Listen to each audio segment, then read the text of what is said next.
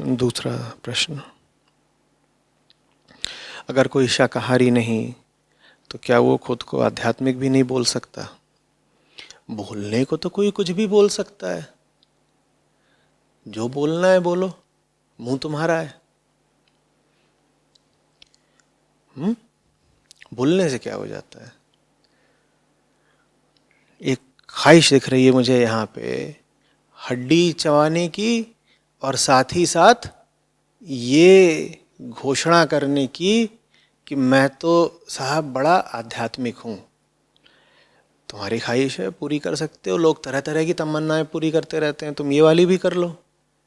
कि एक हाथ से किसी नन्हे पशु की गर्दन मरोड़ रहे हो और दूसरे हाथ में माला फेर रहे हो। एक हाथ में किसी बेजुबान जीव का खून लगा हुआ है और दूसरे हाथ से तिलक कर रहे हो, टीका चंदन। जो करना चाहो तुम कर सकते हो। लोगों ने पता नहीं क्या क्या किया है और वो सब करने के बाद भी उन्होंने अपने आप को धार्मिक आध्यात्मिक क्या गुरु भी बोल दिया है, अवतार भी बोल दिया है। लेकिन सच दूसरी चीज़ होती है। सच का हमारे दावों, हमारे कथनों, हमारे वादों से बहुत कम संबंध होता है। अध्यात्म के मूल में करुणा होती है। करुणा अपने प्रति, करुणा सारे संसार के प्रति। अपने प्रति अगर करुणा नहीं होगी तो तुम अपने दुख को शांत करने कैसे निकलोगे? बोलो। अध्यात्म किस चीज़ का विज्ञान है? अध्यात्म दुख के पार जाने का विज्ञान है। हम शोक में जीते हैं, हम तनाव में जीते हैं, हम चिड़चिड़े रहते हैं, हम क्रोधित रहते हैं, हम चिंतित रहते हैं और अपनी ये दशा हमसे झेली नहीं जाती। ये दशा लगभग सभी की होती है, पर कुछ ही लोग होते हैं जिन्हें अपने प्रति इतनी करुणा, इतना प्रेम होता है कि वो कहते हैं कि इस दशा की चिकित्सा करने के लिए मुझे जो कीमत चुकानी पड़े, जो साधना करनी पड़े, मैं करूँगा। ऐसे लोग आध्यात्मिक हो जाते हैं। बात समझ में आ रही है? तो अध्यात्म के मूल में क्या है?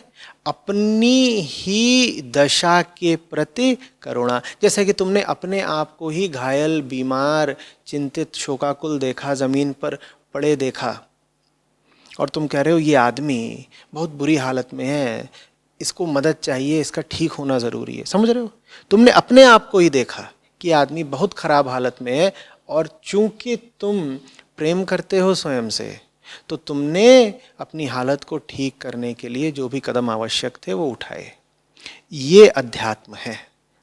स्वयं की आंतरिक चिकित्सा करने की कोशिश को, कला को, साधना को, विज्ञान को अध्यात्म कहते हैं।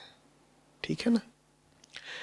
अब जो निकलता है अपने दुख के उन्मूलन के लिए, जो कहता है कि मेरी हालत बड़ी खराब है, मैं तड़प रहा हूं भीतर से, मुझे ठीक करना है स्वयं को, उसे बीमार के पास जाना पड़ता है। बीमार कौन है? वो खुद। अगर आपको किसी की चिकित्सा करनी है तो उसकी नब्ज टटोलनी पड़ेगी ना, उसका माथा छूना पड़ेगा ना, तापमान लेना पड़ेगा, उसका खून कैसा है, उसका जिगर कैसा है, हृदय कैसा है, धड़कन कैसी है, इन सब बातों का माप हिसाब लेना पड़ेगा ना। तो जो व्यक्ति आध्यात्मिक होता है, जो कहता है कि मुझे अपने आप को ठीक करना है क्योंकि प्यार करता हूँ अपने आप से, उसे अपना तापमान लेना पड़ता है। कौन सा तापमान? आंतरिक तापमान। उसे अपनी नब्ज लेनी पड़ती है। कौन सी नब्ज? आंतरिक नब्ज। उसे अपने हृदय की धड़कन गिननी पड़ती है, उसे अपने फेफड़ों का हाल जानना पड़ता है। ये सब प्रतीक हैं। अर्थ समझ रहे हो ना? हृदय कौन सा हृदय? ये वाला हृदय नहीं, ये जो मांस का हृदय ये नहीं, ये वाले फेफड़े नहीं। माने अंदर जो कुछ चल रहा है उसे उसका परीक्षण करना पड़ता है। जैसे तुम जाते हो पैथोलॉजी में, वहाँ पे अपना खून दे करके आते हो, उसे इतने तरह की फिर रिपोर्ट आ जाती हैं। वैसे ही अध्यात्म में मन की जांच होती है, जैसे पैथोलॉजी में जांच होती है खून की और शरीर के अन्य हिस्सों की, द्रव्यों की, पदार्थों की, वैसे ही अध्यात्म में किसकी जांच होती है? मन की जांच होती है। और फिर वहाँ जो कुछ ऊंच नीच पता चलती है, तुम कहते हो अरे अरे अरे अरे अरे बड़ी गड़बड़ हो गई, इतनी ऊंच नीच चल रही है। और वो भी इतने प्यारे जीव के साथ। वो प्यारा जीव कौन है? तुम खुद हो। तो मुझे ऊंच नीच ठीक करनी है।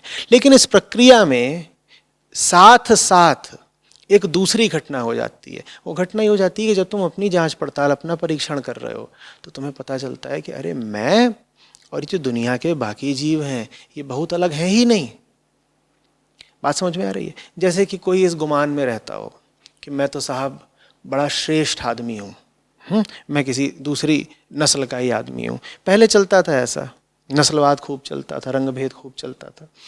तो बहुत सारे लोग, ज़्यादा नहीं, आज से 50-100 साल पहले तक भी, एक बेहतर शुद्ध खून की भी बात करते थे। वो कहते थे हम ज़रा बेहतर खून के आदमी हैं। वो कहते थे हमारी नस्ल ही दूसरों की नस्ल से ज़रा श्रेष्ठ है।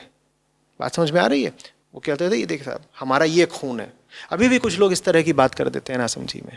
वो कहते हैं हमारा ऐसा खून है। फिर जब चिकित्सा शास्त्र ने थोड़ी तरक्की की और उस तरक्की की खबर आम जनमानस में प्रचलित होने लगी, तो वहाँ पता चला कि भाई अमीर हो कि गरीब हो, ईसाई हो कि यहूदी हो, एशियाई हो कि अफ्रीकी हो कि यूरोपियन हो, खून तो सबका एक जैसा होता है। और खून में जो अंतर होते हैं, वो अंतर इस बात पे निर्भर ही नहीं करते कि आप स्त्री हैं कि पुरुष हैं, एशियाई हैं कि अफ्रीकी हैं, ईसाई हैं कि यहूदी हैं। बात समझ में आ रही है? ए है, बी है, ओ है, ए बी ओ कहीं भी मिल जाएंगे, एशिया में भी मिल जाएंगे, अफ्रीका में भी मिल जाएंगे, आदमी में भी मिल जाएंगे, औरत में भी मिल जाएंगे। उसी तरीके से आरिच फैक्टर होता है। आप ये नहीं कह सकते कि अमेरिकन में हमेशा नेगेटिव ही होगा, या चीनी में हमेशा पॉजिटिव ही होगा। तो ये फिर जो रक्त संबंधी श्रेष्ठता का लोगों का दावा था या विशिष्टता का जो दावा था, वो बिल्कुल पंचर हो गया, हवा निकल गई उसकी। कैसे हवा निकली? क्योंकि परीक्षण किया गया, आदमी के खून की जांच पड़ताल की गई। जब जांच पड़ताल की गई तो पता चला एक आदमी का खून जैसा है वैसे दूसरे आदमी का है। एक आदमी के शरीर में जो गतिविधियां हो रही हैं वही दूसरे आदमी के शरीर में हो रही हैं। अब मैं अपने आप को नस्लीय तौर पर बहुत श्रेष्ठ समझता हूं और मैं गया अपनी जांच करा के आया और वो कह रहा है देखिए साहब, हर आम आदमी के शरीर में शक्कर का स्तर या ग्लूकोज का स्तर इतना होना चाहिए और आपका इससे ज्यादा है।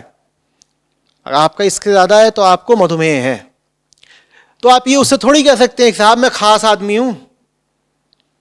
ये तो आम लोग होते हैं जिनकी शक्कर का स्तर 100 से नीचे होना चाहिए। मैं तो खास आदमी हूं, मेरा 350 भी है तो ठीक है, आप नहीं कह सकते ना। तो जब वो जांच होती है तो आपको साफ पता चल जाता है कि आपके शरीर में और दूसरों के शरीर में एकदम समानता है और दूसरों पर जो पैमाने लागू होते हैं वो आप पर भी लागू होते हैं। आप दूसरों से अलग नहीं है, भले ही भीतर ही भीतर आप कितनी ही भावना लेकर बैठे हो कि मैं तो श्रेष्ठ हूं। समझ आ रही बात? इसी तरीके से जब आप अपने मन की जांच पड़ताल करते हैं तो आपको पता चलता है कि आपके मन में जो चल रहा है, जो पक रहा है, जो चाहते हैं और जो बीमारियां हैं, वही सब कुछ दूसरों के मन में भी है। बिल्कुल पता चल जाता है कि मैं और दूसरे अलग अलग हैं ही नहीं, एकदम अलग अलग नहीं है। पीड़ा उसको भी होती है, पीड़ा मुझे भी होती है। मुक्ति मैं भी चाहता हूँ, मुक्ति वो भी चाहता है। जीना मैं भी चाहता हूँ, जीना वो भी चाहता है। डरता मैं भी हूँ, डरता वो भी है। प्यार मुझे भी होता है, प्यार उसे भी होता है। मैं अलग नहीं हूँ। हाँ, अहंकार को बहुत भाता है ये कहना कि मैं तो अलग हूँ, विशिष्ट हूँ, पर वास्तव में मैं अलग नहीं हूँ। जितना मैंने अपने आप को भीतर जा करके टटोला, जितनी छानबीन की, उतना पता चला कि कहाँ अंतर है मुझ में और तुझ में। दिखने में अलग लगते हैं, जैसे कि दो लोग हों, एक पैदा हुआ हो जापान में और दूसरा पैदा हुआ हो कनाडा में, बहुत दूरी है दोनों के बीच में। लेकिन जब उनके शरीर की जांच पड़ताल हो तो पता चले अरे सब कुछ एक जैसा है। एक का लिवर निकाल करके दूसरे को लगाया जा सकता है, एक की आंख निकाल करके दूसरे को लगाई जा सकती है, एक का खून दूसरे को चढ़ाया जा सकता है, एक की किडनी दूसरे में प्रत्यारोपित की जा सकती है, एक की हड्डी भी दूसरे में लगाई जा सकती है, एक की खाल भी दूसरे में लगाई जा सकती है, और अगर विज्ञान तरक्की कर जाए तो एक का मस्तिष्क भी दूसरे के लगाया जा सकता है। और अभी तक ये दोनों क्या सोचते थे कि हम तो बिल्कुल अलग अलग हैं। अहंकार ऐसा ही मानना चाहता है कि मैं तो अलग हूँ। अलग होने में अहंकार बल पाता है। बात समझ में आ रही है? शारीरिक तौर पर भी अपने आप को अलग मानता था। शारीरिक तौर पर हम अलग मानते थे तो फिर क्या हुआ? फिर होलोकॉस्ट हुआ। होलोकॉस्ट के पीछे नस्लीय श्रेष्ठता का भाव था कि साहब हम तो अलग हैं, हमारे अन्य लोग हैं, ये यहूदी लोग हैं, ये बेकार हैं, और ये नस्ल ही दूसरी है।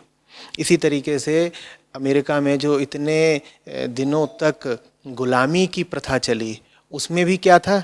यही भाव कि ये जो काले लोग हैं ये तो हमसे ज़रा निम्न कोटि के हैं। मेडिकल साइंस ने बिल्कुल प्रमाणित कर दिया कि ऐसा नहीं होता है। इसी तरीके से तुम्हें भीतर की मेडिकल साइंस में जाना पड़ेगा। तुम्हें भीतर जा करके अपने आप को टटोलना पड़ेगा कि चल क्या रहा है। उसके बाद दूसरे से अपने आप को अलग नहीं पाओगे। जब दूसरा वही है जो तुम हो तो दूसरे को अब बताओ कैसे मार काट के खा जाओगे। आध्यात्मिक हो गए, अब दूसरों के प्रति हिंसा का भाव कैसे रख लोगे। पीर सबन की एक सी, जानकार लोग कह गए हैं कि पीड़ा तो सभी की एक जैसी है।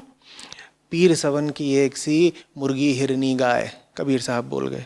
बोले आदमी हो, आगे दूसरी जो पंक्ति है साखी की उसमें कहते कहते आदमी हो, मुर्गी हो, हिरनी हो, गाय हो, पीड़ा तो सभी को एक जैसी होती है। अगर तुम अपनी पीड़ा मिटाने में उत्सुक हो तो दूसरे को पीड़ा कैसे दे सकते हो? बल्कि तुम तो दूसरे की पीड़ा बर्दाश्त नहीं कर पाओगे, भले ही वो तुमने न दी हो। जब तुम दूसरे की पीड़ा नहीं बर्दाश्त कर सकते तो दूसरे को अतिरिक्त पीड़ा कैसे दे सकते हो? प्राणघातक पीड़ा कैसे दे सकते हो? तो ये संभव ही नहीं है कि कोई आदमी आध्यात्मिक हो और साथ ही साथ मांस चबाता हो, जानवर का खून पीता हो नहीं सकता। जिन लोगों को इस तरह का कोई भ्रम है, गलतफहमी है कि हम तो आध्यात्मिक हैं लेकिन साथ ही साथ चिकन मटन खूब अंडा हमारा चलता है, तो वो इस गलतफहमी से बाहर आ जाएं। आप के पास अध्यात्म का अ भी नहीं है। मुझे मालूम है इससे अ से अहंकार को बड़ी ठेस पहुंचेगी, लेकिन कोई बात नहीं, पहुंचनी चाहिए। झूठा अहंकार है। हम चाहते हैं हमें सब कुछ मिल जाए। एक हाथ में हमारे मांस रहे जिससे हमारी ज़बान के स्वाद को बड़ा रस मिलता है, बड़ा मज़ा मिलता है, और दूसरे हाथ में आध्यात्मिक होने का तमगा भी रहे। नहीं, ये दोनों चीज़ें साथ साथ नहीं चल सकती।